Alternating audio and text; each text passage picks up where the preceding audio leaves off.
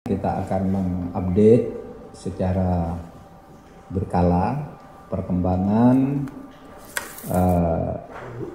pelaksanaan tugas Satgas BLBI hak tagih negara atas BLBI dan yang terkait dengan itu. Saya didampingi oleh Ketua Satgas Dr. Reonald Silaban, Wakil Ketua Satgas Bapak Dr. Ferry Wibisono, dan Sekretaris Satgas Bapak Sugeng Purnomo.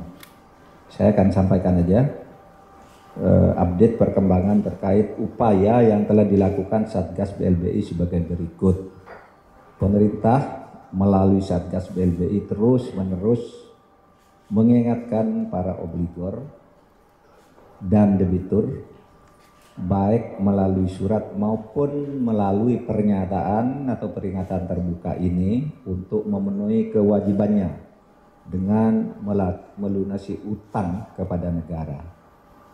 Pemerintah juga mengapresiasi sejumlah obligor dan debitur yang sudah memenuhi panggilan Satgas BLBI dan menyatakan akan melunasi hutangnya.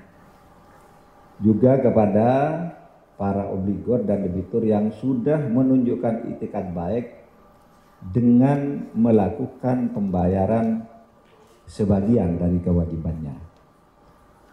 Kemudian obligor Samsul Nur Salim yang merupakan obligor dari Bank Dewa Ruci pada tanggal 11, 17 dan 18 November 2021 telah melakukan pembayaran sebagian kewajibannya dengan nilai sebesar 150 miliar rupiah.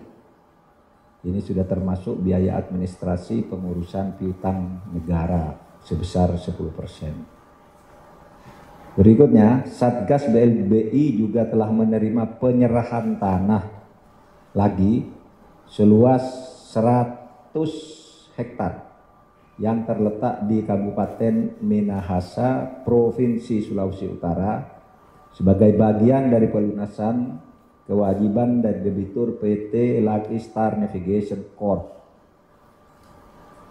Yang kelima, Satgas BLBI akan terus melakukan upaya untuk memastikan pengembalian hak tagih negara dan memastikan bahwa aset BLBI dikelola dengan sebaik-baiknya oleh pemerintah.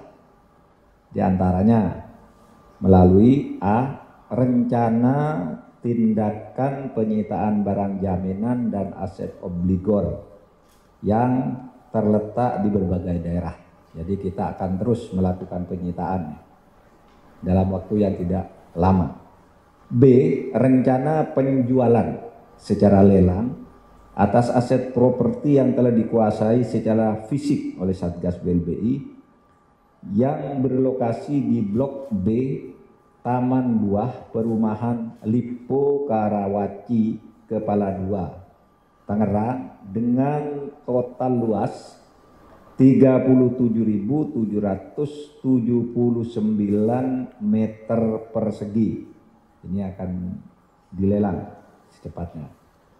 Kemudian Satgas BLBI sekarang ini telah mengeluarkan somasi kepada obligor Kaharudin Ongko dan Agus Anwar agar segera memenuhi kewajibannya. Apabila tidak diindahkan, Satgas BLBI akan menempuh langkah hukum untuk memastikan hak negara dipenuhi oleh obligor yang bersangkutan. Kemudian Satgas BLBI akan melakukan upaya hukum pidana apabila ditemukan adanya pelanggaran hukum pidana yang dilakukan oleh obligor atau debitur yang terkait dengan aset jaminan.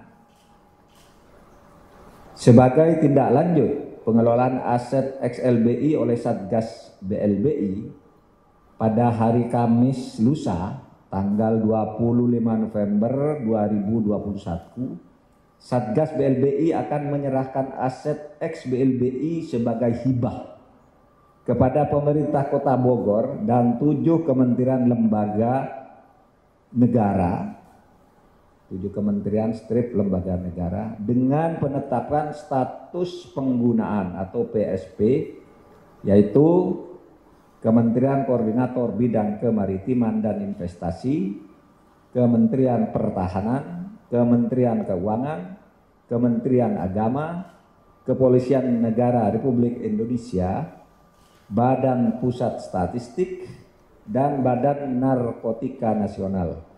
Seluruh aset yang bernilai 492 miliar rupiah ini akan digunakan untuk menunjang tugas dan fungsi dari kementerian lembaga maupun pemerintah daerah dalam melaksanakan pelayanan publik kepada masyarakat. Dan salah satu aset yang dilakukan penetapan status penggunaan kepada Kementerian Agama yaitu aset yang lokasinya di Kecamatan Gambir seluas 1.107 meter persegi untuk digunakan dalam pelaksanaan program pendidikan kader ulama internasional Masjid Istiqlal. Program pendidikan kader ulama internasional Masjid Istiqlal atau PKUMI yang diselenggarakan oleh Badan Pengelola Masjid Istiqlal. Dalam penggunaannya oleh Kementerian Agama, aset ini bermanfaat untuk kemaslahatan umat dan dalam rangka meningkatkan sumber daya umat. Sekian update dari Satgas. Terima kasih. Assalamualaikum warahmatullahi wabarakatuh. Cukup?